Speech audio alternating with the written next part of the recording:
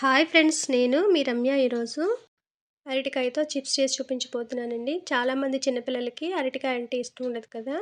అలాంటి వాళ్ళకి ఇలా చిప్స్ చేసి పెట్టారంటే చాలా ఇష్టంగా తింటారు. ఇక ప్రాసెస్ తెలుసుకుందాము. ఫస్ట్ అయితే 2 అరటికాయలు తీసుకోండి. ఇవి కూర అరటికాయలు.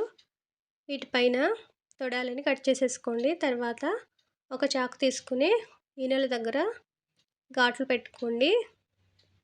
ఇలా పెట్టుకుంటే తోలు అనేది ఈజీగా వచ్చేస్తుందండి. మీరు ఫస్ట్ టైం కనుక నా ఛానల్ చూస్తున్నట్లయితే సబ్స్క్రైబ్ చేసుకోండి.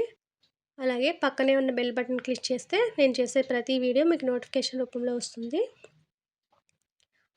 ఇప్పుడు అరటికాయ పైన ఉన్న తోలంతటిని వలిచేసుకోండి.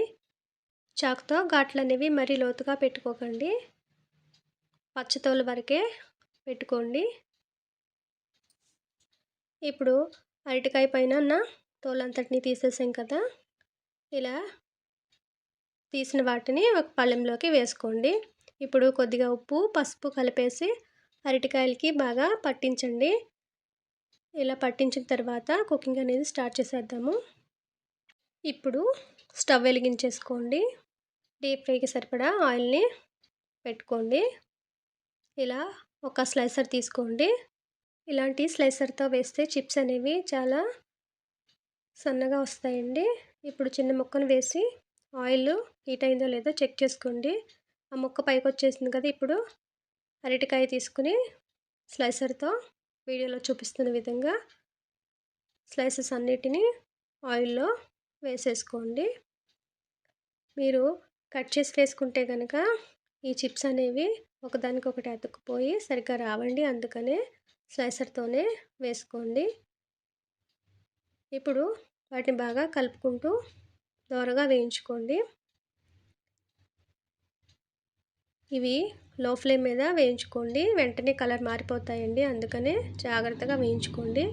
ఇప్పుడు కొద్దిగా కలర్ చేంజ్ అయింది కదా, వీటిని ఆయిల్లోంచి తీసేయండి. చిప్స్ స్నాక్స్గానే కాకుండా పప్పు, పులుసు, సాంబార్లోకి సైడ్ డిష్గా కూడా చాలా బాగుంటాయండి.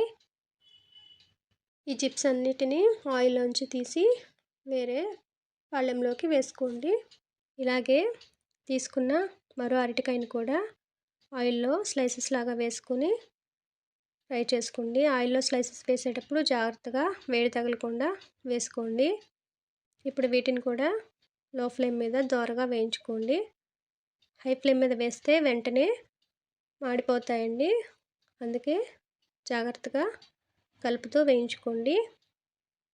ఇలా రెడీ అయిన వాటిని ఆయిల్లోంచి తీసేయండి. నేను 2 అరటికాయలతో చేసి చూపిస్తున్నానండి. మీరు ఎక్కువ క్వాంటిటీతో ఇదే విధంగా చేసుకోవచ్చు. ఇలా వేయించుకున్న చిప్స్ని ఆయిల్లోంచి తీసేసి వేరొక గిన్నెలో వేసుకోండి.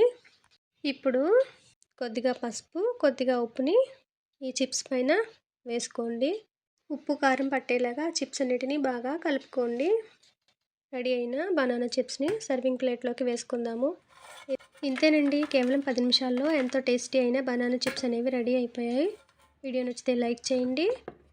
మీరు కూడా తయారు చేసి ఎలా వచ్చిందో నాకు కమెంట్ చేయండి. Thanks for watching.